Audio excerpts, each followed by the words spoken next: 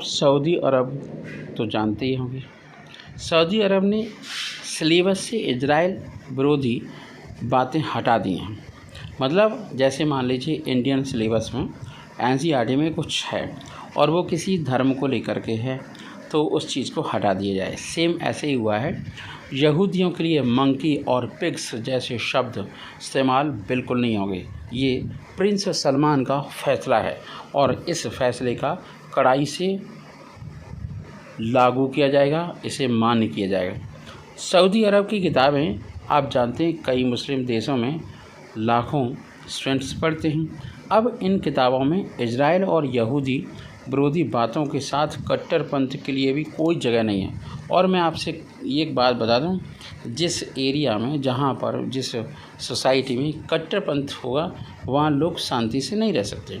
Saudi अरब और Israel के बीच जो बैकडोर डिप्लोमेसी चल रही है, मतलब बातचीत चल रही है, ओपनली नहीं है, तो वो बहुत सही है और उसके सकारात्मक प्रमाण भी होंगे, सकारात्मक आपके रिजल्ट्स होंगे। मीडिया रिपोर्ट्स के मुताबिक अगर हम देखें तो सऊदी अरब स्कूल और कॉलेज के सिलेबस में अब इजराइल या यहूदी विरोधी बिल्कुल भी कोई बातें नहीं लिखी जाएंगी।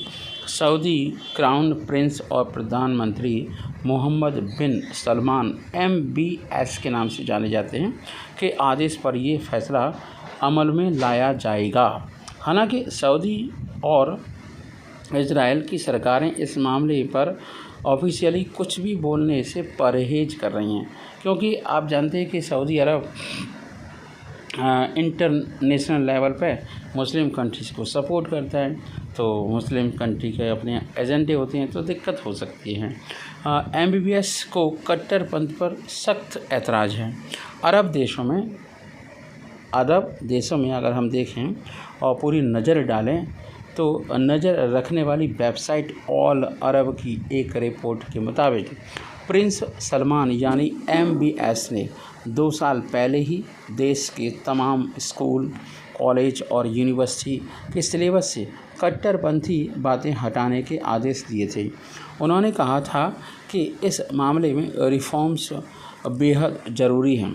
करीब 2 साल से सभी तरह के सिलेबस में इजराइल या यहूदी विरोधी बातों को हटाया जा रहा है। यहूदियों को इन किताबों में मंकी और पिग्स तक बताया गया है। इसके अलावा यहूदी महिलाओं के बारे में आपत्तिजनक बातें लिखी गई हैं। अब ये सारी बातें हटाई जा चुकी हैं। इन किताबों में इजराइल को साजिश करने वाला देश बताया जाता है। जैसे पाकिस्तानी हमेशा हिंदुस्तानी को ब्लेम करते हैं। अब वहाँ पे आटा ख़त्म हो गया तो अब हिंदुस्तान ने IMF से बोल दिया हुआ कि भाई पाकिस्तान को भीख मत दो रोटियों के लिए। इनमें कहा गया है और कहा जाता है कि इजराइल मिलिट्री पावर और टेक्नोलॉजी के दम पर इजिप्ट की नील नदी से इराक तक कब्जा चाहता है। आतंकी संगठनों का समर्थन बिल्कुल भी नहीं होगा।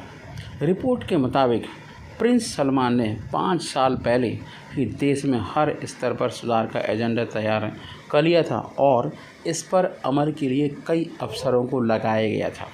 आपको बता दें कि कट्टरपंथ और आतंकी सोच वाले संगठनों जैसे हिजबुल्लाह, हूती और मुस्लिम ब्रदरहुड का समर्थन बंद किया गया और इसके बदले अमन बहाली पर फोकस किया गया है और ये होना भी चाहिए। यूनेस्को के साथ दुनिया के तमाम देशों में सिलेबस कंटेंट पर नज़र रखने वाली इंस्टीट्यूट इम्पैक्ट के मुताबिक 5 साल में सऊदी अरब की 301 टेक्स्ट बुक में ज़बरदस्त बदलाव किए गए। इम्पैक्ट की रिपोर्ट के अनुसार सऊदी अरब ने नफ़रत, कट्टरपंथ और आतंकवाद की सोच वाली तमाम बुक्स को ही रद्दी की टोकरी में डाल दिया है। आपको बता दें कि सऊदी अरब की एजुकेशन की जो मिनिस्ट्री है ने अब इन किताबों का वजूद ही ख़त्म कर दिया है। इस मामले में सबसे ज़्यादा फोकस इजराइल और यहूदी विरोधी बातों पर रहा। मसलन जैसे फ़लस्तीन के समर्थन और इजराइल के विरोध वाली कविता को सिलेबस में इसी साल हटा दिया गया। कुछ किताबों में दुनिया का नक्शा तो मौजूद था, लेकिन इसमें उन इजराइल को दिखाया नहीं गया था। मतलब इन किताबों में, समझ रहे हैं, जैसे पाकिस्तान, चाइना, इंडिया के कुछ कॉन्स्टिट्यूएंसी को अपना दिखाते हैं और उसे मैप में नहीं शो करते। अब नक्शे पर सिर्फ इजराइल की मौजूदगी दर्ज है, बल्कि उसके इस्लाम से टकराव की बातें भी सिलेबस से हटा दी गई हैं। आपको बताएं कि पिछले साल इजराइल के तब के प्रधानमंत्री नफ्ताली बेनेट UAE दौरे पर गए थे। दोनों देशों के बीच अब अरबों डॉलर का ट्रेड होता है। UAE भी चाहता है कि अरब देशों में सबसे बड़ी ताकत सऊदी अरब भी अब इजराइल को मान्यता दे। इसके बावजूद सिर्फ पाकिस्तान बचेगा, तो पाकिस्तान तो आगे आएगा ही, उसे भीख का कटोरा में 4 सिक्के डाल दो, काम बन जाएगा। MBS की हिम्मत को दाद देनी होगी, क्योंकि उन्होंने 50 मुस्लिम देशों के साथ इतना बड़ा जिगर वाला काम कर डाला। इम्पैक्ट के वाइस प्रेसिडेंट एरिक अगासी के मुताबिक सऊदी क्राउन प्रिंस MBS ने जो बदलाव या सुधार किए हैं, उनके लिए बहुत हिम्मत की ज़रूरत थी, इसलिए उनकी तारीफ़ करनी होगी।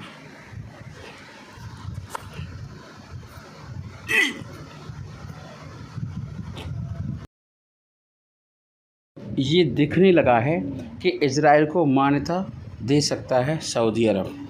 वर्ल्ड मीडिया में यह खबरें बार बार आती रहती हैं कि गल्फ़ कंट्रीज़ की सबसे बड़ी ताकत सऊदी अरब जल्द इजराइल को मान्यता दे सकता है और डॉक्यूमेंट्री और उसके साथ अच्छे रिलेशन हो सकते हैं। कुछ वक्त पहले UN में सऊदी अरब के परमानेंट रिप्रेजेंटेटिव अब्दुल्ला अल मोआलिमी ने साफ तौर पर इसका जिक्र किया था। ये तो तय है कि सऊदी अरब और इजराइल के बीच बैकडोर डिप्लोमेसी चल रही है। पिछले महीने इजरायली मीडिया में कई खास रिपोर्ट्स आई थी।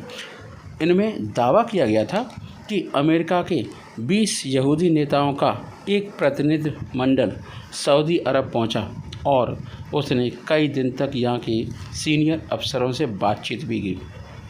इसके पहले भी इजराइल और अमेरिकी नेताओं के सीक्रेट और रियाद दौरे होते रहते हैं। सभी का मकसद एक ही है, शांति। रियाद और तेल अवीव के बीच डिप्लोमेटिक रिलेशनशिप शुरू किए जाएं, सब कुछ अच्छा रहे। इसके अलावा पिछले महीने अमेरिका ने पहली बार खुलकर कहा कि वो इजराइल और सऊदी अरब में नॉर्मल रिलेशनशिप चाहता है। ब्लिंकन ने कहा कि अमेरिका की नेशनल सिक्योरिटी के लिए बहुत ज़रूरी है कि इजराइल और सऊदी अरब के बीच नॉर्मल रिलेशनशिप हो।